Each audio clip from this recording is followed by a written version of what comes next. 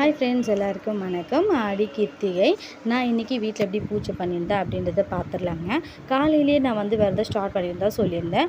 ஒரே ஒரு நெய் தீபம் மட்டும் போட்டு என்னுடைய விரதத்தை நான் காலையில் ஸ்டார்ட் பண்ணிட்டேன்.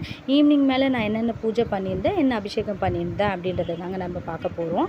ஈவினிங் நான் அவருக்கு 3 விதமான அபிஷேகம் தாங்க பண்ணியிருந்தேன். பால், சந்தனம், தேன் இது 3ஐயும் வச்சு நான் அபிஷேகம் பண்ணி முடிச்சிருந்தேங்க. 3 அபிஷேகமும் நான் பண்ணுறதுக்கு முன்னாடி என் பையனும் ஓடி வந்துட்டான். நான் தான் போடுவேன், நான் தாம்மா பண்ணுவேன் அப்படி சொன்னான். வேணாண்டா, நான் பண்ணிக்கிறேன்டா, ஈவினிங் ஒரு வெளியே போகிற வேலை இருந்துச்சு, நானே பண்ணிக்கிறேன் சொன்னேன். எப்போவுமே அவன் தான் பண்ணுவாங்க, என் ஹஸ்பண்டும் என் பையனும் தான் உட்காந்து பண்ணுவாங்க. வெளியே போகிற வேலை இருக்குது, நானே பண்ணுறதுனாலும் நான் தான் பண்ணுவேன். என் பையன் ஒரே பிடிவாதமாக இருந்தான்.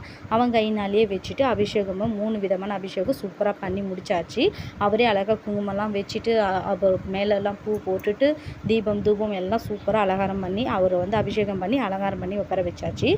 இன்றைக்கி திருப்தியாகவே நான் பூஜை பண்ணி முடிச்சிருந்தேன், லேட் ஆனாலும்.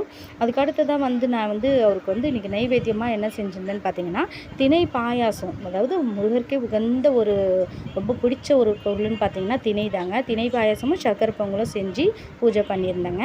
அதே மாதிரி இன்றைக்கி வெளியில் ஒரு மூட்டை கட்டுறதுக்காக நான் சிகப்பு கலர் மூட்டைக்கு அதையும் ரெடி பண்ணி எடுத்து வச்சுருந்தேன். வேல் நம்ம மஞ்சள் தூவிட்டு தான் நம்ம அகல் தீபம் போடுவோம். நான் என்ன பண்ணேன்னா, வேல் பிடிச்சிருந்தாங்க மஞ்சள்லேயே. அது எப்படி இருக்குன்னு பாருங்கள், நல்லா இருக்கா இல்லையான்னு கமெண்ட்ஸில் சொல்லுங்கள்.